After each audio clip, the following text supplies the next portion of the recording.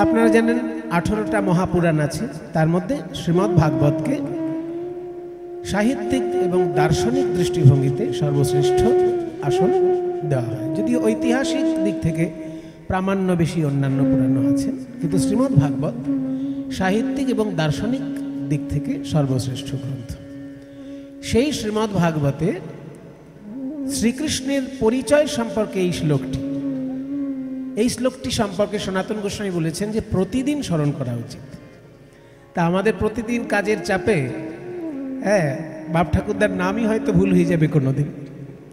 এই শ্লোক স্মরণ করা কি আর সবার হয়ে ওঠে? কিন্তু যারা পারেন তারা স্মরণ করেন। আমি আজকে একটু গাইছি এই শ্লোকটা, যেহেতু আজকে তার জন্মদিন। এই শ্লোকটার মধ্যে শ্রীকৃষ্ণের বলা যায় পূর্ণাঙ্গ পরিচয় আছে। আমি একটা একটা করে বলছি। জয়তি জননী বাসু, জয়তি মানে জয় হোক ভগবান শ্রীকৃষ্ণের। তিনি কেমন না জননিবাস, জনের মধ্যে যিনি নিবাস করেছেন। জন শব্দের অর্থ এখানে আমরা জন শব্দটা বাঙালিরা আমরা মানুষের ক্ষেত্রে ব্যবহার করি, অন্যান্য জীবের ক্ষেত্রে ব্যবহার করি না। যেমন বলি গোপালের জন্মদিন উৎসবে কজন এসেছিল, কয়টি মানুষ এসেছিল, এটা বলা হয় না। ছাগল গরুর ক্ষেত্রে বলি কয়টি গরু এসেছিল, কয়টি ছাগল এসেছিল, কিন্তু মানুষের ক্ষেত্রে কজন মানুষ এসেছে। আমরা বাঙালিরা জন শব্দটা মানুষের ক্ষেত্রেই প্রয়োগ করি, কিন্তু জন শব্দটার আসল অর্থ হলো জন্ম হয়েছে যার, সেই হলো জন। জনন থেকে জন শব্দটা মানে যে জন্মায়, সে মানুষও হতে পারে, পশু পাখি কীট পতঙ্গ বৃক্ষলতা সব হতে পারে। যাদেরই জন্ম আছে সেই হলো জন, অর্থাৎ জীব। তাহলে জয়তি জননিবাস মানে জীবের মধ্যে যিনি বাস করছেন, জীবের হৃদয়টাই যার নিবাস স্বরূপ। জয়তি জননিবাস, এটা তার প্রথম পরিচয়, যে প্রত্যেক জীবের মধ্যে তিনি বাস করছেন। তার দ্বিতীয় পরিচয় কি? দেবকী জন্মবাদ, দেবকীর গর্ভে জন্ম নিয়েছে বলে প্রবাদ। এই প্রবাদ শব্দটা জুড়ে দিল কেন রে বাবা? যদি পরিষ্কার বলতো যে দেবকীর গর্ভে জন্ম নিয়েছে, ঝামেলা মিটে যেত। আবার প্রবাদ বলাতে তো একটা সন্দেহ থেকে যাচ্ছে, খিঁচ ধরিয়ে দিল। আমি আগেই বলেছি শ্রীমদ্ ভাগবত যেহেতু দার্শনিক গ্রন্থ, সেই জন্য দর্শনের দিকটা তার পরিষ্কার রাখছে। বলছে আমি বলবো না দেবকীর গর্ভে তার জন্ম, আমি বলবো দেবকীর গর্ভে জন্ম বলে প্রবাদ। কারণ ভগবানের জন্ম হয় না, ভগবানের যেহেতু জন্ম হয় না, সেই জন্য দেবকীর গর্ভে জন্ম এটা আমি পরিষ্কার করে বলবো না। আমি বলবো দেবকীর গর্ভে জন্ম বলে প্রবাদ। আসলে তার জন্ম বলে কিছু নেই, তিনি জন্মের অভিনয় করেন। মানুষ যখন চোখের সামনে তাকে দেখে, তার জন্ম হয়েছে বলে মনে করে। যেমন সূর্য আকাশে আছেই, কিন্তু আমরা ভোরবেলায় যখন দেখতে পাই সূর্যকে, তখন বলি সূর্য উদয় হয়েছে। ঠিক তেমনি ভগবান আগে থেকেই আছেন। তিনি যখন দেবকীর গর্ভের মাধ্যমে প্রকাশিত হলেন, তখন আমরা তাকে আবির্ভাব বলছি। ওই জন্য ভগবানের জন্ম হয় না, তার আবির্ভাব হয়। সেই জন্য ভাগবত বলছে আমার দার্শনিক দিকটা আমি পরিষ্কার রাখবো, বলবো না তার জন্ম, তাহলে অন্য মানুষের সঙ্গে গুলিয়ে ফেলবে। তাই বলছে দেবকীর গর্ভে জন্ম বলে প্রবাদ। আসলে তার জন্ম নাই, কিন্তু তিনি জন্মলীলার অভিনয় করেন, যাতে ভক্তগণ সেই লীলারস আস্বাদন করে সুখ পান। সেই জন্য জন্মলীলার অভিনয় আছে তার, কিন্তু তার আসলে জন্ম নেই। যেমন সূর্য। জয়তি জননিবাসো দেবকী জন্মবাদ। এবার পরিচয় কি? যদুবর পরিষৎ, যদুবংশের মধ্যে সর্বশ্রেষ্ঠ আসনের অধিকারী তিনি। স্বৈর দৌর্ভি, নিজের হাত দিয়ে, স্বৈ মানে নিজের, দৌর্ভি মানে হাত দিয়ে, স্বৈর দৌর্ভির অশ্যন মানে নিরসন করে চলেছেন অধর্মম, অধর্মকে। যদুবর পরিষৎ স্বৈর দৌর্ভিরস্যন্ন ধর্মম, নিজের হাত দিয়ে যিনি অধর্মকে দূর করে চলেছেন, সেই হচ্ছেন কৃষ্ণ। তার ব্যক্তিগত স্বার্থ থেকেও সমষ্টিগত প্রয়োজনটা বেশি। এই যে যুদ্ধ বিগ্রহ যতগুলো তিনি বাঁধিয়েছেন, তার মধ্যে তার ব্যক্তিগত স্বার্থ খুবই কম। কৌরব পাণ্ডবের লড়াই হবে, কৃষ্ণের তাতে কি লাভ? কৃষ্ণের সেখানে কোনো ব্যক্তিগত লাভ আছে? কৃষ্ণ কি 100 বিঘে জমি পেয়েছে তাদের থেকে? কৃষ্ণ তো সব কিছু ছেড়ে দিয়ে দ্বারকায় চলে গেল, তাহলে 100 বিঘে জমিও পেল না আর 1 কোটি টাকাও পেল না, তাহলে কেন যুদ্ধটার মধ্যে থাকলো? সে থাকলো এই জন্য যে পাণ্ডবরা দুর্বল আর কৌরবরা শক্তিশালী, কিন্তু কৌরবরা অন্যায় করছে, পাণ্ডবরা ন্যায়ের পথে আছে। তাই বুদ্ধি করে কূট কৌশল অবলম্বন করে দরকার হলেও পাণ্ডবদেরকে জেতাতে হবে, কারণ তারা ন্যায়ের পথে আছে আর কৌরবরা অন্যায়ের পথে আছে। সেই জন্য ধর্ম সংস্থাপনার্থায় উনি একটু আগেই বলেছেন, আমাদের কাকাবাবু একটু আগেই বলেছেন ভগবান কেন নেমে আসেন। यदा यदा हि धर्मस्य ग्लानिर्भवति, যখনই যখনই ধর্মের গ্লানি হয়। ভারত মানে হে ভারত, এখানে ভারত কিন্তু ইন্ডিয়া নয়, এখানে ভারত শব্দের অর্থ ইন্ডিয়া নয়। ভরত বংশে জন্ম বলে অর্জুনকে বলা হচ্ছে ভারত।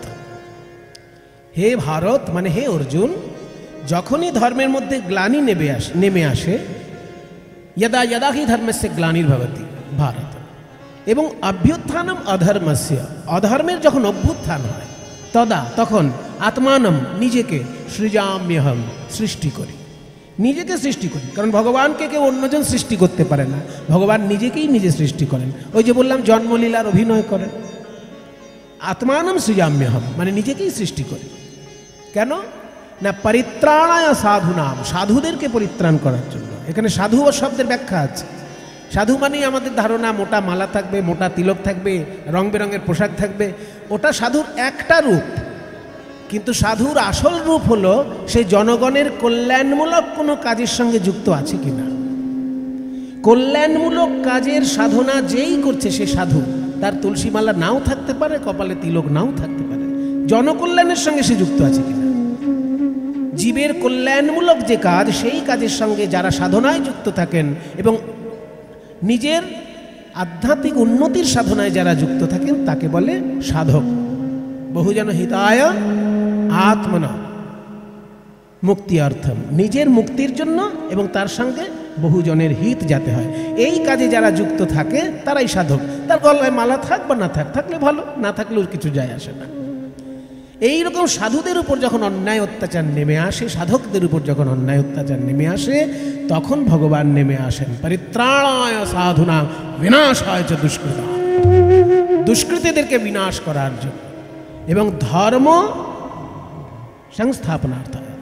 ধর্ম শব্দের অর্থ হচ্ছে দায়িত্ববোধ।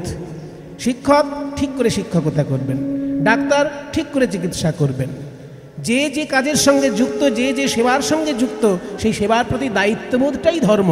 সেটা যখন নড়ে চড়ে যায়, ভগবান এসে সমাজ আবার ঠিক করে দেন।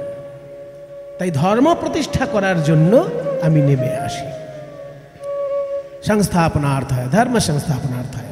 তাই ভগবান শ্রীকৃষ্ণ অধর্মকে দূর করেছেন নিজের হাত দিয়ে যেখানে দরকার হয়েছে। ভগবান শ্রীকৃষ্ণ বাংলাতেও এসেছেন, কিন্তু বাংলার উপর দিক দিয়ে চলে গেছেন, মানে নর্থ, বাংলার যে উপর দিকটা, ওই দিক থেকে চলে গেছেন আসামে। আসামে যখন খুব ভয়ঙ্করভাবে দৈত্য দানবের কাজ করছিল, সেই সময় আসামে ভগবান শ্রীকৃষ্ণ এসেছিলেন। তিনি আসামে এসে সেই রাজ্যকে প্রতিষ্ঠা করে দিয়ে আবার শান্তি শৃঙ্খলা বজায় রেখে আবার ফিরে চললেন দ্বারকায়। তাই শ্রীকৃষ্ণ আবার আমাদের বাংলায় তখন একজন কৃষ্ণের জন্ম হয়েছিল, তার নাম আবার বাসুদেব, মানে পুণ্ড্রদেশে। পুণ্ড্রদেশ মানে বুঝতে পারছেন শিলিগুড়ি, জলপাইগুড়ি ওই এলাকাটা। সেই পুণ্ড্রদেশে জন্ম নিয়েছিল বলে তার নাম ছিল পৌণ্ড্র বাসুদেব। সে আবার দাবি করেছিল মথুরার কৃষ্ণ আবার কি ভগবান, আমিই ভগবান, এই বলে অনেক অন্যায় অত্যাচার শুরু করেছিল। তারপরে সেই পৌণ্ড্র বাসুদেবকে শ্রীকৃষ্ণ এসে যুদ্ধে পরাজিত করেছিলেন। বেনারসে সেই যুদ্ধটা হয়েছিল। কাজেই যেখানে যেখানে অন্যায় হয়েছে, সে বাংলা হোক, আসাম হোক, আর মথুরা হোক, যেখানে হোক, বিহারেও তখন জরাসন্ধের পরাক্রম চলছে, বিহারে তখন জরাসন্ধের পরাক্রম চলছে, আর উড়িষ্যায় তখন শিশুপালের পরাক্রম চলছে। উড়িষ্যায় তখন অত্যাচার করছে শিশুপাল, বিহারে অত্যাচার করছে জরাসন্ধ। এই সব জায়গায় তিনি শান্তি প্রতিষ্ঠা করেছেন। তাই হাত দিয়ে অস্যান্ন ধর্মম, অধর্মকে তিনি দূর করেছেন। জয়তি জননী বাসুদেবকী জন্মবাদ যদুবর পরিষদ স্বৈর দৌর্ভের্যসন্ন ধর্মম। এই পর্যন্ত বলা হলো। এবার দ্বিতীয় লাইন, স্থিরচর বৃজিনাঘ্নম স্থির চর বৃজিনঘ্নম। স্থির মানে স্থাবর, চর মানে চলনশীল। এই দু রকমের জীব হয়, মানে আমরা যারা চলাফেরা করছি আমরা স্থাবর, আর গাছপালা তারা বেঁচে আছে কিন্তু চলাফেরা করছে না, তারা হচ্ছে স্থাবর। আমরা জঙ্গম আর গাছপালা হচ্ছে স্থাবর। আমরা জঙ্গম, গাছপালা স্থাবর। এই স্থাবর এবং জঙ্গম উভয় প্রকার জীবেরই তিনি মঙ্গল করেন। স্থির চর বৃজিনাঘ্নম সুস্মিত শ্রীমুখেন। এতক্ষণ যা বলা হলো সব বাহ্যিক পরিচয় বলা হলো, এবার তার একটা রসের দিক আছে, সেটাও ভাগবত গোপন রাখছে না। বলছে সুস্মিতা শ্রীমুখেন, তার মুখের মিষ্টি হাসি দিয়ে ব্রজপুরবনিতানাম, বৃন্দাবনের গোপীগণের বর্ধয়ন, বর্ধিত করে চলেছেন কামদেবম, তাদের কৃষ্ণ প্রাপ্তির বাসনাকে। কৃষ্ণ প্রাপ্তির বাসনাকে যেন বর্ধিত করে চলেছেন মুখের মিষ্টি হাসি দিয়ে। ব্রজকবি গোপীর ক্ষেত্রে তার এই কাজ, আর জগতের ক্ষেত্রে তার হচ্ছে অধর্ম দূর করে ধর্ম প্রতিষ্ঠা করা, অন্যায়কে দূর করে ন্যায় প্রতিষ্ঠা করা। ইন্দ্র যখন ঝড় বৃষ্টি শুরু করে দিল, তখন বৃন্দাবনে শ্রীকৃষ্ণ নিজে গিরিগোবর্ধন ধারণ করে দেবতা ইন্দ্রের বিরুদ্ধেও পর্যন্ত সেদিনকে সংগ্রাম করেছিলেন। তাই শ্রীকৃষ্ণের পরিপূর্ণ পরিচয় এই শ্লোকটি শ্রীমদ্ ভাগবতের। জয়তি জননী বাসুদেবকী জন্মবাদো যদুবর পরিষৎ স্বৈর দৌর্ভির্যসন্য ধর্মম। স্থির চর বৃজিনঘ্নম সুস্মিত শ্রীমুখেন ব্রজপুর বনিতানাং বর্ধয়ন কামদেবম। ব্রজপুর বনিতানাং বর্ধয়ন কামদেবম। ব্রজপুর বনিতানাং বর্ধয়ন কামদেবম।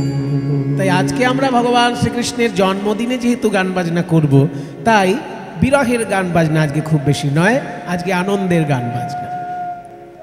জন্মদিনের প্রসঙ্গ আছে এমন একটি লীলায় আজকে আমরা আস্বাদন করব। দেখা যাক কোন লীলা। গৌরচন্দ্রিকা শুনলেই বোঝা যায় যে কোন লীলা পরিবেশিত হতে চলেছে। তা আজকে গৌরাঙ্গ মহাপ্রভু আমার কৃষ্ণলীলার ভাবে ভাবাবিত হয়ে করেছেন কি, একটা নৌকার উপর কীর্তনের দল নিয়ে উঠেছেন। সুরধুনী তীরে যাইয়া, সুরধুনী মানে গঙ্গা, গঙ্গার তীরে গিয়ে নবীন নাবিক হইয়া, নতুন নাবিকের রূপ ধারণ করে সহচর মেলিয়া খেলায় সঙ্গীদেরকে নিয়ে খেলা করছেন। এই যে শত শত হাজার হাজার মানুষ খেলা করছে, কিসের খেলা? হরি নামের খেলা করছেন। কিন্তু মহাপ্রভু একজনের দিকে তাকিয়ে গান গাইছেন। কে সেই ভাগ্যবান? পদকর্তা বলছেন, প্রিয় গদাধর সঙ্গে পুরবর ভোসরঙ্গে। ওই প্রিয় গদাধর সঙ্গে পুরবর ভোসরঙ্গে। নৌকায়ে বসিয়া করে কেলি, নৌকায়ে বসিয়া করে কেলি, নৌকায়ে বসিয়া করে কেলি। এমন সময়ে ডুবু ডুবু করে ওদের সঙ্গে আর ঘোষণা করে দিয়েছেন, আজকে আমার নৌকায় যারা পার হবে তাদের এক পয়সাও খরচা লাগবে না। আর আমরা তো যাতে বাঙালি, যদি ফ্রিতে কিছু পাই। সে আমাদের দলে একজন খোলবাদক ছিলেন, বুঝলেন, তার নাম সাধন জেঠু। তিনি বলতেন কি, ফ্রিতে পাইলে আমরা কিল চড়ও ছাড়ি না। মানে ফ্রিতে পেলে কিল চড়ও ছাড়া যায় না। যদি কোথাও কিল চড় পাওয়া যাচ্ছে, মানে মারধর যদি পাওয়া যায় ফ্রিতে, সেটাও আমরা নিয়ে নেব। তো যখনই মহাপ্রভু ঘোষণা করেছেন আজকের এই নৌকায় যারা উঠবে তাদের পয়সা লাগবে না, শত শত লোক নৌকায় উঠে ভারী করে দিয়েছে নৌকা, আর তখন ডুবু ডুবু করে না। এবার ক্ষমতার বেশি লোক উঠে গেলে কি করবে? নৌকা ডুবু ডুবু, তার সঙ্গে বহয়ে বিষম বা, আবার ভয়ঙ্কর বাতাস বইছে। তাই দেখি হাসে গোরা। কেন? এত লোকের প্রাণ সংশয়, আর মহাপ্রভু হাসছেন কেন? কেন হাসিছে গোরারায়, কেন হাসিছে গোরারা, তার সাধের তরি ডুবে যায়, কেন হাসিছে গোরারায়, ওই সাধের তরি ডুবে যায়, কেন হাসে গোরারা। নিত্যানন্দ মহাপ্রভু তাকে গৌর সুন্দর দাদা বলে ডাকতেন। সেই জন্য নিতাই যখন কথা বলতেন গৌরের সঙ্গে ধমক দিয়ে কথা বলতেন, হ্যাঁ নিমাই, লোকে তোমাকে বলে পণ্ডিত আর আমাকে বলে পাগলা। পাগলা নিতাই বলে, পাগলা গৌর কিন্তু কেউ বলে না। গৌরের ক্ষেত্রে বলা হয় নিমাই পণ্ডিত, আর নিত্যানন্দের ক্ষেত্রে বলা হয় পাগলা নিতাই। তাহলে আমাকে লোকে পাগলা বলে, তোমাকে পণ্ডিত বলে, এই পণ্ডিতের লক্ষণ? হ্যাঁ, এত লোককে নৌকায় তুলেছ, নৌকা যখন ডুবু ডুবু প্রাণ সংশয় সবার, লোকে ভয়েতে পড়ে হরিবোল হরিবোল করছে, আর এই সময় তুমি হাসছো হি হি করে, এই পণ্ডিত? গৌর সুন্দর বলছে, দাদা গো, আমি যে কেন হাসছি আর কেউ না বুঝুক, তোমার বোঝা উচিত। না খুলে বলো, তবে আমি বুঝতে পারবো আমি কেন হাসছি জানো? এই আজকে যারা প্রাণের ভয়ে হাত তুলে হরিবোল বলছে, আমি একদিন নিজে এদের ঘরে ঘরে গিয়েছিলাম, বলেছিলাম, ওরে কলিজীব, একবার বদন ভরে হরিবল। কৌমারে আচরেত প্রাজ্ঞ, প্রহ্লাদ বলেছে ভাগবতে, কৌমারে আচরেত প্রাজ্ঞ ধর্মান ভাগবতানিহ দুর্লভং মানুষং জন্ম তদপি অধ্রুবম অর্থদম। অর্থাৎ যেহেতু মনুষ্য জন্ম বড় দুর্লভ, কিন্তু এই একমাত্র মনুষ্য জন্মেই পরমার্থ লাভ হয়। অন্যান্য জন্মে শুধু খাওয়া দাওয়া করে আর বংশ বিস্তার করে চলে যায়, কিন্তু মনুষ্য জন্ম একমাত্র জন্ম, যদি কেউ একটু সাধনার সঙ্গে যুক্ত থাকে সে পরমার্থ পেতে পারে, অন্য জন্মে হয় না। তাই মনুষ্য জন্ম যখন পেয়েছো ভাই, বদন ভরে হরিবোল বলো। কিন্তু জানো, সেদিনকেও অনেকে বলেনি হরিবোল। তাই আমি ঠিক করেছি যেন তেন প্রকারে এদের মুখ দিয়ে হরিবোল বলাবো। তাই আজকে নৌকায় তুলে বলেছি বিনা পয়সায় পার হবে, আর এরা ওই বিনা পয়সার কথা শুনে ভিড় করেছে। দেখো নৌকা ডুবে যাবে, এখন প্রাণের ভয় এসেছে বলে হরিবোল বলছে। আমার তাই হাসি পেয়েছে, তাই হাসি পেয়েছে, এরা প্রাণের ভয়ে হরি বলছে, তাই হাসি পেয়েছে, এরা প্রাণের ভয়ে হরি বলিছে, তাই হাসি পেয়েছে। দেখি হাসে গোরা বনমালী। চোখের সামনে যদি কোনো নৌকা ডুবে যায়, তাহলে যারা দূরে থাকে, নদীর পাড়ে থাকে, তারা কি করে? যারা পারে সাঁতার দিয়ে দু চারজনকে বাঁচানোর চেষ্টা করে, আর যারা সাঁতার জানে না তারা হাত তুলে ঠাকুরকে ডাকে যে হে প্রভু, ওই নৌকায় যারা ডুবে যাচ্ছে ওদেরকে রক্ষা করো। ঠিক তেমনি গঙ্গার দুই পাড়ে হাজার হাজার মানুষ তখন হরিবোল হরিবোল বলছে, ওই নৌকায় যারা ডুবে যাচ্ছে তারা যাতে ডুবে না যায় সেই প্রার্থনায়। ঘন ঘন হরিবোল কেহ করে উতরণ, ঘন হরিবোল কেহ করে উতরণ, কুলে নদী আর লোক দেখে, কুলে নদী আর লোক দেখে। আহা ভুবন মোহন নাইয়া দেখি আমি বশ হইয়া, ভুবন মোহন নাইয়া দেখি আমি বশ হইয়া। যুবতী ভুলিল লাখে লাখে, যুবতী ভুলিল লাখে লাখে। দূর থেকে নদিয়া নাগরিকগণ প্রাণ ভরে গৌর হরির এই নৌকা বিলাস দর্শন করছেন, আর তারা বলছেন, নিমাইকে তো পণ্ডিত বলে জানতাম, কিন্তু সে যে আবার এমন সুন্দর নৌকা চালাতে পারে তা তো জানতাম না। আমরা এমন নাবিক দেখি না, আমরা এমন নাবিক দেখি না। জনমিয়ে নবদ্বীপে এমন নাবিক দেখি না, ওই জনমিয়ে নবদ্বীপে এমন নাবিক এমন দেখি নাবিক নাই। আছে বলেও শুনি নাই, এমন নাবিক আছে বলেও শুনি নাই, যার নাম নিলেই পার আছে হয়, বলেও শুনি নাই। নাম নিলেই এমন পার নাবিক হয়। আছে বলেও শুনি নাই। নাম নিলেই এমন পার নাবিক হয়। আছে বলেও শুনি নাই। তার নাম নিলেই পার হয়। এমন নাবিক দেখি নাই। যুবতী ভুলিল লাখে লাখে, যুবতী ভুলিল লাখে লাখে। জগজনচিত চোর গৌর সুন্দরম, জগজনচিত চোর গৌর সুন্দরম, যা করে তাহাই পরতে খো, যা করে তাহাই পরতে খো। মানে যা করে তাহাই পরতে খো। পরতে খো মানে প্রত্যক্ষ। এমন নয় যে চৈতন্য মহাপ্রভু 500 বছর আগেই শুধু নৌকায় হরিনাম করে সকলকে উদ্ধার করেছেন, তা নয়।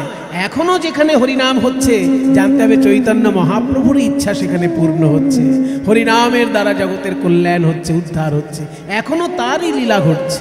অদ্যাপিহ সেই লীলা করে গোরারায়, কোন কোন ভাগ্যবানে দেখিবারে পায়। লীলায় আজও তো ঘটে ভাই, আজও তো ঘটে ভাই, লীলা করে নদের নিমাই আজও তো ঘটে ভাই, লীলা করে নদের নিমাই আজও তো যেই ঘটে যেই ভাই, লীলা করে নদের নিমাই ভাগ্যবানে দেখতে যেই পায়। যেই লীলা করে নদের নিমাই ভাগ্যবানে, যেই যেই লীলা করে নদের নিমাই ভাগ্যবানে, যেই যেই লীলা করে নদের নিমাই ভাগ্যবানে ঘটে ভাই। যা করে তাহাই পর দেখো, কহে দিন রামানন্দে এহেন আনন্দ আর কন্দে, কহে দিন রামানন্দে হেন আনন্দ কন্দে।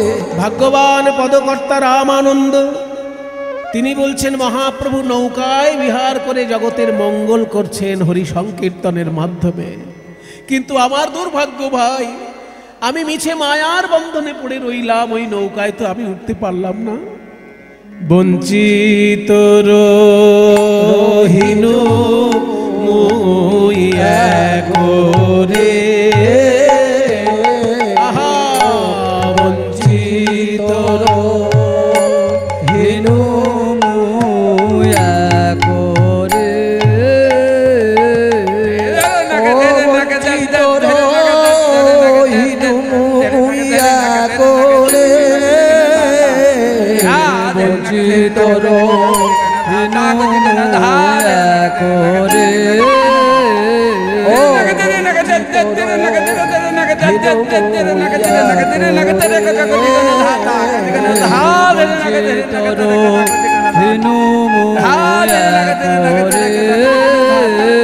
ও বঞ্চিত রহিনু মুইয়া করে, বঞ্চিত রহিনু।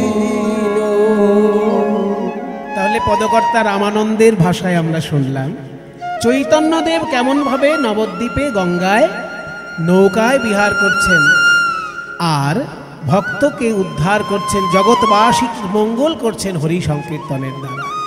এই পদের মাধ্যমে আমরা জানলাম আজকে কৃষ্ণলীলা যেটি হবে, নৌকায় বিহার করবেন রাধা গোবিন্দ। আমরা বৃন্দাবনে একবার যাই।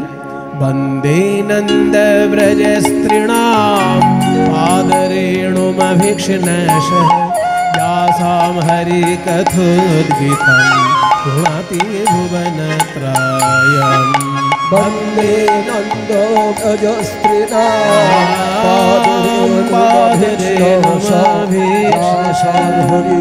हरि कथोद्गीतं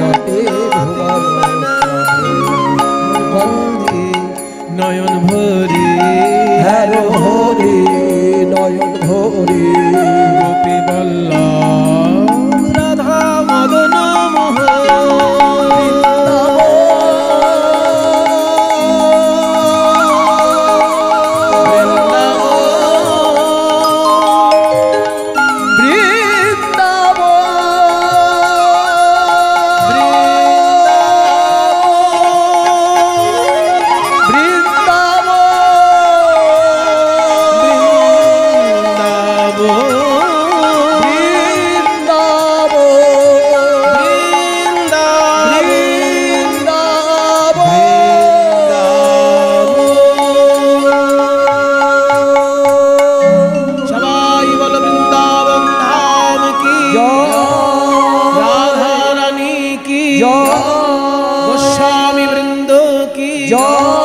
निज निज श्री गुरु महाराज की, श्री गोपाल देव जीव की, मधुमाय वृंदावन। जगन्नाथ स्वामी नयन पथगामी भवतु मे। जगन्नाथ स्वामी नयन पथगामी भवतु मे।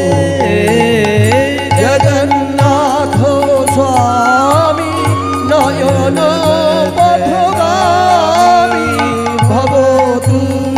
जगन्नाथ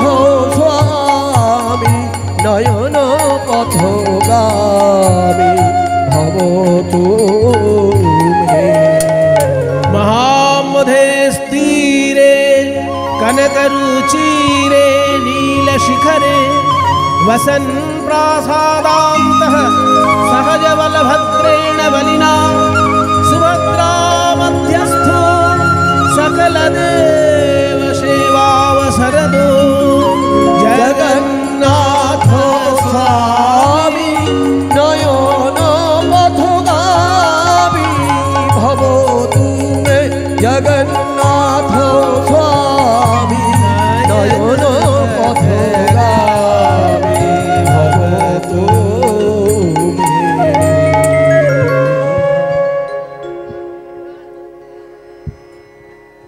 সন্ধ্যাবেলার আগে ঠিক বিকেল বেলার দিকে বাঁশি বেজে উঠছে প্রাণ গোবিন্দে।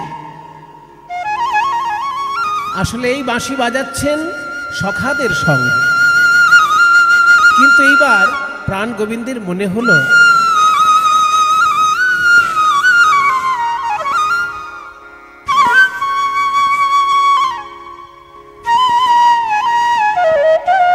আমার বন্ধুরা আমার মুখের দিকে তাকিয়ে থাকে বাঁশি শুনলে।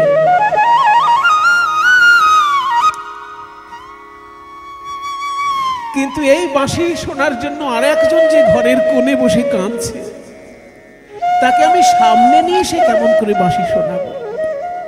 তাই শ্রীরাম সুদাম বন্ধুকে বলছে, বন্ধু তুই একটু গরু বাছুর সামলা, আমি একটু যমুনার তীরে ঘুরে আসি।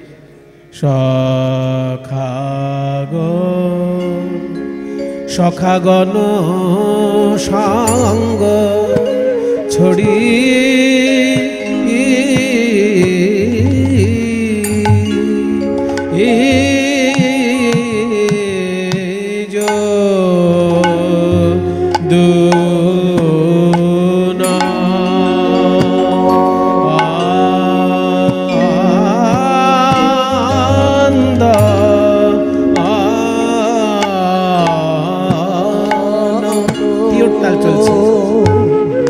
নন্দন রে আহারে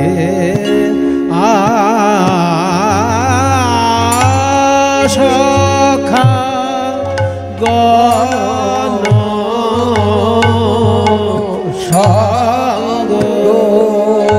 সঙ্গ ছড়ি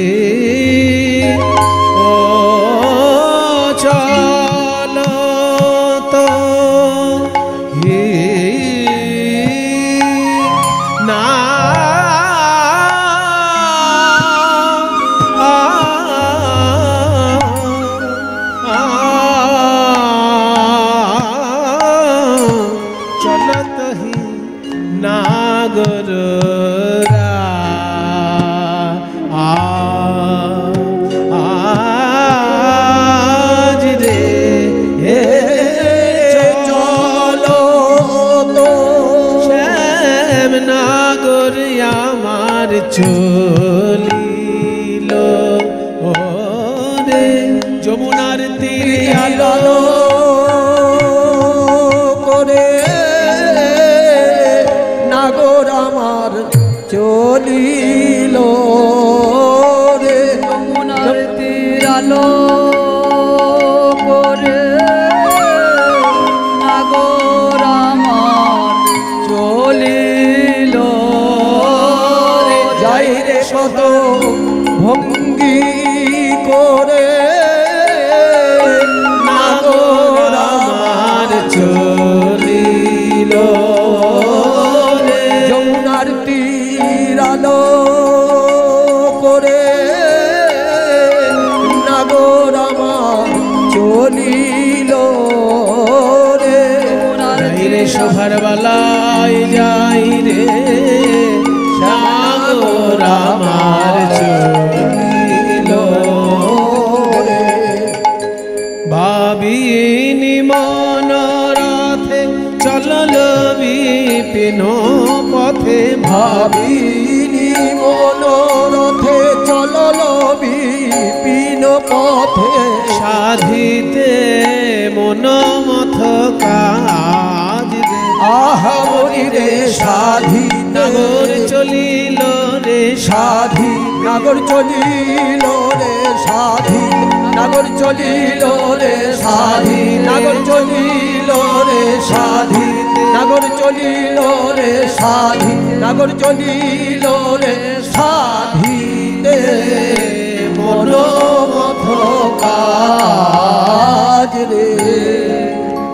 সখাগণ সঙ্গ ছড়ি মানে বন্ধু বান্ধবের সঙ্গ ত্যাগ করে যদুনন্দন অর্থাৎ শ্রীকৃষ্ণ চলতহি নাগর রাজ, নাগরের শিরোমণি প্রাণ গোবিন্দ চলেছেন যমুনার তীরে আলো করে। কেমন ভাবে না, ভাবিনী মনোরথে অর্থাৎ মহাভাব স্বরূপিনী রাধারানী তার মনে যেন আরোহণ করে আছেন।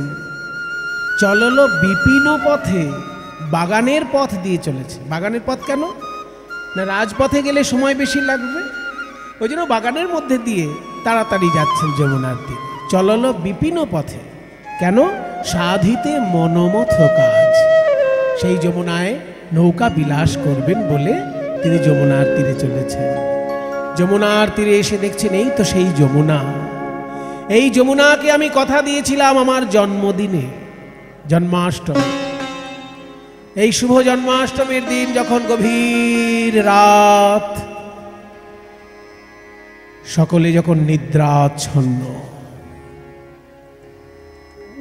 সতর্ক প্রহরী কারাগার দেখছে, কিন্তু তাদের চোখে নেমে এলো মায়া ঘুম। আর কারাগারে জন্মগ্রহণ করলেন দেবকীর গর্ভে ঈশ্বর পরম কৃষ্ণ সচ্চিদানন্দ বিগ্রহ অনাদিরাদি গোবিন্দ সর্ব কারণ কারণম।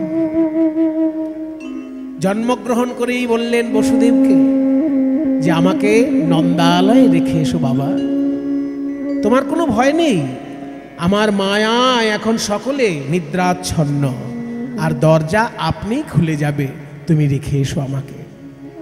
তাই বসুদেব শ্রীকৃষ্ণকে নিয়ে চলেছেন যমুনার তীরে। যমুনার তীরে এসে দেখলেন একই, এই যে উত্তাল তরঙ্গিনী যমুনা, আমি পার হব কেমন করে? থমকে দাঁড়ালো বসুদেব। হে ভগবান, তুমি যখন কাউকে কৃপা করো একবারও ভেবে দেখো না সে তোমার কৃপা পাবার যোগ্য না অযোগ্য। তুমি আমাকে পিতা করলে, কিন্তু তোমার পিতা হবার আমার যোগ্যতা কোথায়? তোমাকে আমি রক্ষা করতে পারছি কই? এই যমুনা এখন আমি কেমন করে পার হব? ভক্ত যখন ব্যাকুল হয়ে যায়, তার ব্যাকুলতা দূর করার জন্য যোগ মায়া নেমে আসেন। আজকে যোগ মায়া শ্রীগালিনীর রূপ ধারণ করে, মানে একটা শিয়াল হয়ে যমুনা পার হয়ে যাচ্ছে। আর শিয়াল পার হচ্ছে দেখে বসুদেব ভাবলো, মা একটা শিয়াল যদি পার হয় আমি কেন পারবো না? যোগ মায়া কাত্তায়নী শ্রীগাল রূপ ধরি, যোগ মায়া কাত্তায়নী শ্রীগাল রূপ ওই ধরি, যমুনা পার হইয়া যায় অতি তরা করি, ওই যমুনা পার হইয়া যায় অতি তরা করি। বসুদেব মনে মনে ভাবে আমি কেন পারবো না, আমি কেন পারবো না? শ্রীগাল যদি পার হয় আমি কেন পারবো না? শ্রীগাল যদি পার হয় আমি কেন পারবো না? শ্রীগালের পেছনে পেছনে বসুদেব চলেছে শ্রীকৃষ্ণকে নিয়ে। উপরে রয়েছে অনন্ত বাসুকী ছাতা ধরে, আর মাঝখানে যমুনার মাঝখানে যখনই এসে গেলেন, শ্রীকৃষ্ণ মনে মনে চিন্তা করলেন, আমি জন্মগ্রহণ করেছি ঠিকই, কিন্তু এখনো তো আমার স্নান করা হয়নি, আমাকে স্নান করতে হবে। এই ভেবে বসুদেবের কোল থেকে হাত পা মোড়াতে মোড়াতে যমুনার জলে ঝাঁপ দিলেন। আর যেই যমুনার জলে পড়েছে শ্রীকৃষ্ণ, যমুনা ভাবছে এত বছর পর আমার প্রাণনাথকে বুকে পেয়েছি, আমি তো ছাড়বো না। এই যমুনা কে? এই যমুনা হচ্ছে সেই গোলক ধামের অভিশপ্ত বিরজা নদী। সেই নদী রাধারানীর কাছে অভিশাপ পেয়েছিল, তাই জন্ম নিয়েছে যমুনা রূপে। এত বছর পর যখন গোবিন্দকে বুকে পেয়েছে যমুনা, বলছে আমি ছাড়িয়া নাহি কো দিব হে বধূ, ছাড়িয়া নাহি কো দিব হে বধূ, ছাড়িয়া নাহি কো দিব হে বধূ ছাড়িয়া নাহি কো দিব হে আমার হৃদয় মাঝারে পরাণ যেখানে সেখানে লুকায়ে থব। আমার হৃদয় মাঝারে পরাণ যেখানে তোমায় সেখানে লুকায়ে থব। আমার হৃদয়ে মাঝে যেখানে প্রাণ আছে সেইখানে তোমাকে লুকিয়ে রাখবো। কৃষ্ণ বলে ওগো যমুনা, তুমি যদি তোমার হৃদয় মাঝে আমায় লুকাই রাখো তাহলে তো আমার চরণে পুষ্পাঞ্জলি দিতে পারবে না। যমুনা বলে হে গোবিন্দ, তোমার চরণে পুষ্পাঞ্জলি দিতে নাই বা পারলাম, হৃদয় মাঝে যদি তোমায় রাখতে পারি আমি নয়ন মুদেও তোমায় দেখতে পাবো। নয়ন মুদেও তোমায় দেখতে পাবো। আর উপাসনার মূর্তি খানি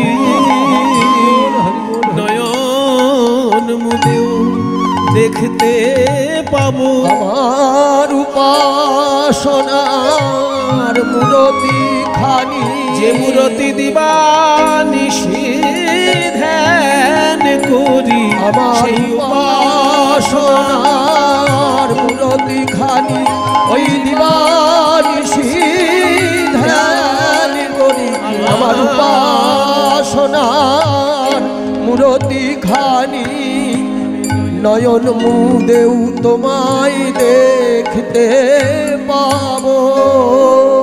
শ্রীকৃষ্ণ বলে যমুনা, তুমি যদি তোমার হৃদয়ে আমায় লুকিয়ে রাখো তুমি চোখ বন্ধ করলেই আমাকে দেখবে, কিন্তু তুমি তো একা দেখবে। আমার জন্য যে হাজার হাজার ভক্ত কাঁদবে, ওই কংসের অত্যাচারে মুনি ঋষি কাঁদবে, সেগুলো কি তোমার ভালো লাগবে? যমুনা বলে না প্রভু, সে তো আমার ভালো লাগবে না। আমি তোমার পিতা বসুদেবের হাতে তোমায় ফিরিয়ে দিতে পারি, কিন্তু তুমি আমায় কথা দাও, তুমি যখন বৃন্দাবনেই যাবে পরবর্তীকালে আমার এই যমুনার জলে এসে তুমি লীলা করবে, তখন আমার কি লাভ হবে? আমি ওই আমার জলে যুগল রূপ দেখতে পাবো, যুগল রূপ দেখতে পাবো। আমার যমুনার নীল জলে এই যুগল রূপ দেখতে পাবো। আমার যমুনার নীল জলে যুগল রূপ দেখতে পাবো। তাই হবে যমুনা, তাই হবে। আমি বৃন্দাবনে যাবার পর সখীগণকে নিয়ে এসে রাধা রানীকে সঙ্গে করে তোমার জলে যখন নৌকায় বিলাস করব এবং তারপর জলকেলি করব, তখন সখীগণ সঙ্গে করে রাধা কৃষ্ণের যুগল রূপ তুমি দেখতে পাবে। এই যে যমুনাকে কথা দিয়েছিল জন্মদিনে, সেই কথা আজকে মনে পড়ল গোবিন্দের। আমি তো এই যমুনাকে কথা দিয়েছিলাম যুগল রূপ দেখাবো, নৌকায় বিলাস করব, কিন্তু নৌকা কোথায়? নৌকা চালানো তো আমার কাজ নয়, আমাদের তো বাড়ির নৌকা নেই, তাহলে নৌকা পাই কোথায়? যোগ মায়ার শরণাপন্ন হলেন গোবিন্দ। হে যোগ মায়া কাত্যায়নী, মহামায়া তুমি মানুষের কাছে, কিন্তু আমার কাছে তুমি যোগ মায়া। এই লীলার জন্য এখন তুমি সুন্দর একটি নৌকা সাজিয়ে দাও যোগ মায়া। হাত জোড়ে করে স্তব করছেন যোগ মায়া কাত্যায়নের। ওম রাত্রিং ব্যাখ্যাদতিং প্রপদ্যে ত্বং স্বাহা ত্বং স্বধা ত্বং হেব ষটকার স্বরাত্মিকা सुधातुमक्षरी नीत्ये त्रिधा मात्रात्मिका स्थिता अर्धमात्रा स्थिता नित्या यानोच्चार्या विशेषतः त्वमेव सा त्वं सावित्री त्वं जननी परा त्वयैव धार्यते सर्वं त्वयैतत्सृज्यते जगत् त्वयैतत्पाल्यते देवी त्वमतु सन्त्ये च सर्वदा विशिष्टौ सृष्टिरूपा त्वं स्थितिरूपा च पालने तथा संहृतिरूपान्ते जगतोऽस्य जगन्मये महाविद्या महामाया महामेधा महास्मृतिः महामोहा च भवति महादेवी महाशूली प्रकृतिस्त्वं हि सर्वस्य गुणत्रयविभासिनी कालरात्रिर्महारात्रिर्मोहरात्रिश्च त्वं श्री त्वमीश्वरी त्वं ह्रीस्त्वं बुद्धिरोधलक्षणा लज्जा पुष्टिस्तथा तुष्टिस्त्वं शान्तिः शान्तिरेव च खड्गिनी शूलिनी घोरा गदिनी चक्रिणी तथा शङ्खिनी चापिनी बाण भूषुणी परिघायुधा सौम्या सौम्यतराशेष सौम्यभ्यस्त्वति सुन्दरी परापराणां परमा त्वमेव परानं परमा तमेव परमेश्वरी परापरानं परमा तमेव परमेश्वरी परापरानं परमा तमेव परमेश्वरी।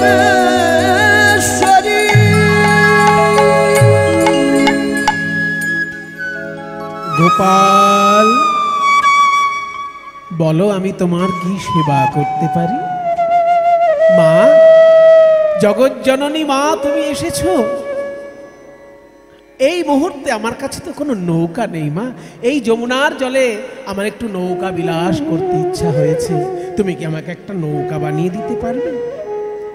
নৌকা তো দেব, কিন্তু সেই নৌকার কাণ্ডারি কে হবে? কাণ্ডারি আমি হব, তুমি কাণ্ডারি? তাহলে তো যেমন তেমন নৌকা দেওয়া যায় না গোপাল। তুমি যদি হও কাণ্ডারি তবে আমি হব দেহতরী। তুমি যদি হও কাণ্ডারি আমি হব দেহতরী। আমি ভাসিব যমুনার জলে, আমি ভাসিব যমুনার জলে। ভেসে ভেসে বেড়াবো, আমি ভেসে ভেসে বেড়াবো ওই যমুনার নীল জলে ভেসে ভেসে বেড়াবো। ওই যমুনার নীল জলে ভেসে ভেসে বেড়াবো। রাধা শ্যামে বক্ষে লয়ে ভেসে ভেসে বেড়াবো। রাধা শ্যামে বক্ষে লয়ে ভেসে ভেসে বেড়াবো। রাধা শ্যামে বক্ষে লয়ে জয় রাধে গোবিন্দ বলে। রাধা শ্যামে বক্ষে লয়ে রাধে গোবিন্দ ওই রাধা শ্যামে বক্ষে লয়ে রাধে গোবিন্দ ওই রাধা শ্যামে বক্ষে লয়ে রাধে গোবিন্দ বলে। রাধা শ্যামে বক্ষে লয়ে ভেসে যে বেড়াবো। আমি ভাসিব যমুনার জলে ওই রাধা শ্যামে বক্ষে লয়ে ভাসিব যমুনার জলে। গোপাল যদি কাণ্ডারি হয় তাহলে আমি তত্ত্ব দিয়ে নৌকা বানিয়ে দেব। তত্ত্ব দিয়ে নৌকা কেমন করে বানিয়ে দিচ্ছেন? নৌকা বানাতে গেলে প্রথমে ঠিক করতে হয় নৌকার মাথা দুটো। কারণ মাথায় যদি হিসেবে গন্ডগোল হয়ে যায় সারা জীবন নৌকা বেঁকে বেঁকে চলবে। তাই মাথা দুটো আগে ঠিকঠাক করে তৈরি করতে হয়। এই মাথা দুটোকে নৌকার ভাষায় বলে গলুই। তাহলে গলুই যদি নৌকার দুটো মাথা হয়, তত্ত্বের দিকে গলুই কোনটা? বিবেক বৈরাগ্য দিয়া দুই গলুই গড়িল। ওই বিবেক বৈরাগ্য দিয়া দুগলই গড়িল। বিবেক বৈরাগ্য দিয়া দুটো গলুই মানে দুটো গড়িল। মাথা। একটা মাথার নাম বিবেক আর একটা মাথার নাম বৈরাগ্য। দেখুন, এই দুটো জিনিস হচ্ছে একদম সাধনা জগতের খুব মৌলিক বিষয়। বিবেক কাকে বলে?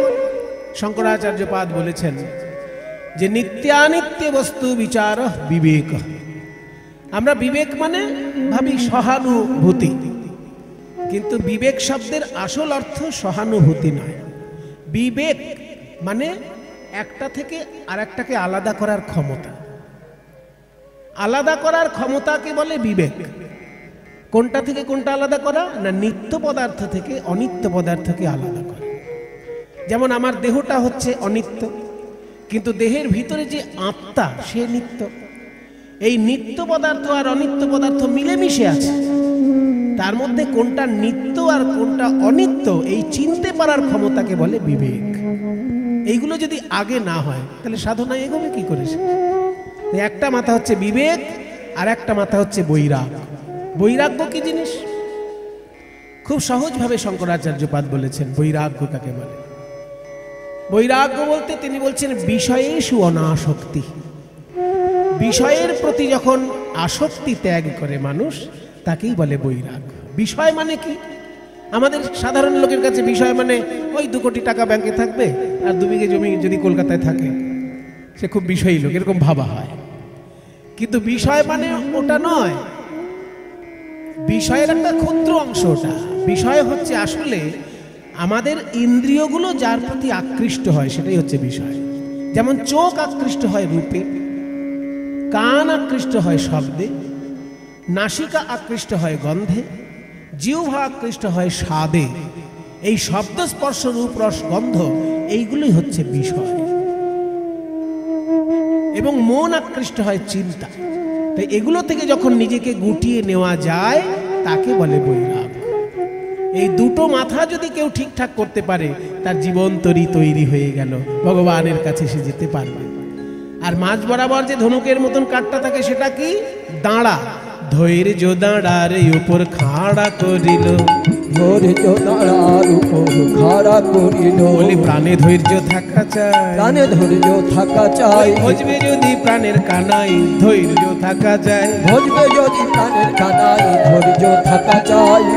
ধৈর্য হচ্ছে ভক্তি জগতের আসল সম্পদ। তাই ধৈর্যটা হচ্ছে নৌকার দাঁড়া, অর্থাৎ মাঝখানের যে ধনুকের মতন কাঠটা। এবার তার সঙ্গে তক্তাগুলো জুড়ে দিতে হবে।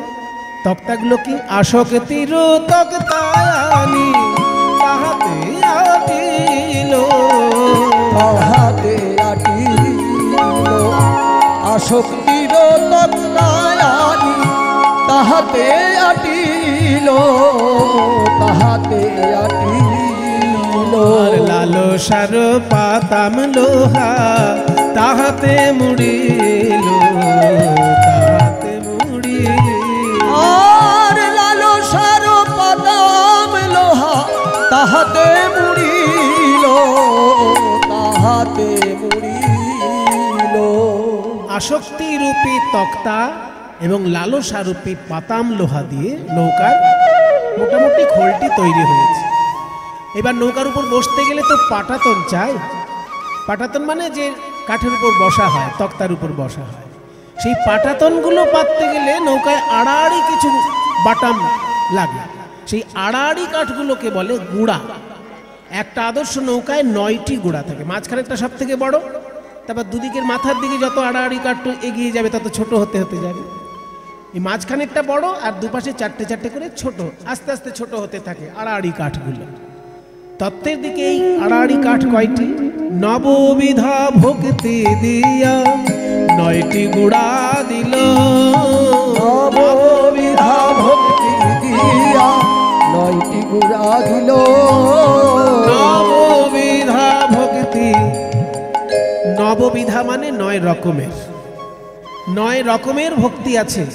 প্রহ্লাদ মহারাজ বলেছেন শ্রীমদ্ ভাগবতে, শ্রবণং কীর্তনং বিষ্ণু স্মরণং পাদসেবনম আর্চনং বন্দনম দাস্যম সখ্যম আত্মনিবেদনম। আত্মনিবেদন। এই 9 রকমের ভক্তি। শ্রবণ আপনারা যে কীর্তন শুনছেন এটা হচ্ছে শ্রবণ ভক্তি। আমরা যে গাইছি কীর্তন এটা দ্বিতীয় ভক্তি, শ্রবণং কীর্তন। বিষ্ণু স্মরণম, যদি কেউ বিষ্ণু স্মরণ করে চিন্তা করে সেটা তৃতীয় ভক্তি। শ্রবণং কীর্তন বিষ্ণু স্মরণং পাদ সেবনম, অর্থাৎ শ্রীবিগ্রহ সেবা বা শ্রীকৃষ্ণের চরণ সেবা। অর্চনম পূজা, বন্দনম বন্দনা করা, দাস্যম ভগবানের দাস মনে করা, সখ্যম ভগবানের সঙ্গে বন্ধুত্ব তৈরি করা এবং আত্মনিবেদন নিজেকে সমর্পণ ভগবানের চরণে। এই 9 রকমের ভক্তি হচ্ছে 9টি আড়াআড়ি কাঠ। তারপরে যেই তক্তা পেতে দেওয়া হলো আসক্তি দিয়ে, পাটাতন তৈরি হয়ে গেল। এইবার নৌকার মাস্তুল চাই, মাস্তুল না হলে তো আর পাল খাটানো যাবে না। তাই যে মাস্তুল মাঝখানে যে একটা শালকাঠ থাকে বিরাট লম্বা, এই তত্ত্বের নৌকায় ওই মাস্তুল কোনটা? সরলতাই হচ্ছে ভক্তি জগতের মাস্তুল। ভক্তি যে সরলতা, তাই বলছে মাস্তুল, সরলতা সেই মাস্তুল। তাই দিয়ে তার সঙ্গে রাধা নামের বাদাম জুড়ে দেওয়া হলো, নৌকা তৈরি হয়ে গেল। আজকে সরল সুবুদ্ধি দিয়া মাস্তুল গড়িল, ওই মাস্তুল গড়িল, সরল সুবুদ্ধি দিয়া মাস্তুল গড়িল, মাস্তুল গড়িল। রাধা নামের বাদাম তাহে উড়াইয়া দিল, উড়াইয়া দিল, রাধা নামের বাদাম তাহে উড়াইয়া দিল, উড়াইয়া দিল। তাহলে মাস্তুল বাঁধা হলো, তাতে পালও খাটানো হলো, কিন্তু পাল খাটাতে গেলে যে দড়িগুলো বাঁধতে হবে, ওই পালের কাপড়টার সঙ্গে লম্বা লম্বা দড়ি নৌকার কানায় কানায় বাঁধা থাকে। কানায় কানায় বাঁধা থাকে বলে দড়িটার নাম কানি দড়ি। তাহলে তত্ত্বের দিকে সেই দড়িটা কি? সাধু সঙ্গ কানি দড়ি চৌদিকে বাঁধিল, সাধু সঙ্গ কানি দড়ি চৌদিকে আটিল। এবার জয় রাধে শ্রী রাধে বলে নৌকা চলিতে লাগিল, জয় রাধে শ্রী রাধে বলে নৌকা চলিতে লাগিল। এইভাবে সৃজিল তরণী খানি প্রবাল মুকুতায়ানি, সৃজিল তরণী খানি প্রবাল মুকুতায়ানি। তত্ত্ব দিয়ে নৌকা সাজালে তো আর সাধারণের দৃষ্টি আকর্ষণ হবে না। তাই বলছে মা যোগমায়া, এবার তুমি মণিমুক্ত দিয়ে নৌকাটাকে সাজিয়ে দাও। সৃজিল তরণী খানি প্রবাল মুকুতায়ানি, মানে প্রবাল দিয়ে মুক্ত দিয়ে চুনি পান্না দিয়ে নৌকা সাজানো হচ্ছে। সৃজিল তরণী খানি প্রবাল মুকুতায়ানি, সৃজিল তরণী খানি প্রবাল মুকুতায়ানি। মাঝে মাঝে হীরার গাথুনি, মাঝে মাঝে হীরার গাথুনি। আহা শিখি পুচ্ছে গুঞ্জা ছড়া রজত কাঞ্চনে মোড়া, শিখি পুচ্ছে গুঞ্জা ছড়া রজত কাঞ্চনে মোড়া। কেরওয়ালে রজত কিঙ্কিনি, কেরওয়ালে রজত কিঙ্কিনি। মানে দাঁড় এবং হাল, দাঁড় এবং হাল যেগুলো তৈরি হয়েছে তার মাথায় ছোট ছোট ঘন্টা বাঁধা আছে, রূপোর ঘন্টা। সেই ঘন্টাটাকে কিঙ্কিনি বলছে। তো কিঙ্কিনির আওয়াজ কিরকম হচ্ছে? কিঙ্কিনি কিঙ্কিনি কিঙ্কিনি। কিঙ্কিনি ঘন্টাটার নাম। আসলে ঘন্টাটা যেন বলতে চাইছে কিঙ্কিনি, কিঙ্কিনি। কি কিনবো, কি কিনবো? রাধা কিনবো না শ্যাম কিনবো? কিঙ্কিনি বাজিছে, কিঙ্কিনি বাজিছে, কিকিনি বলে কিঙ্কিনি বাজিছে, কিকিনি বলে কিঙ্কিনি বাজিছে। রাইকিনি না শ্যাম কিনি? কাকে রাখি আর কাকে কিনি? তখন ভক্তি জগৎ বলছে শোনো, ওই যে আজকাল মাঝে মাঝে দেখা যায় না, একটা কিনলে আর একটা বিনামূল্যে পাওয়া যায়। তাই ভক্তি জগৎ সিদ্ধান্ত করেছে যদি রাধাকে কেউ কিনতে পারে কৃষ্ণকে সে বিনামূল্যে পাবে।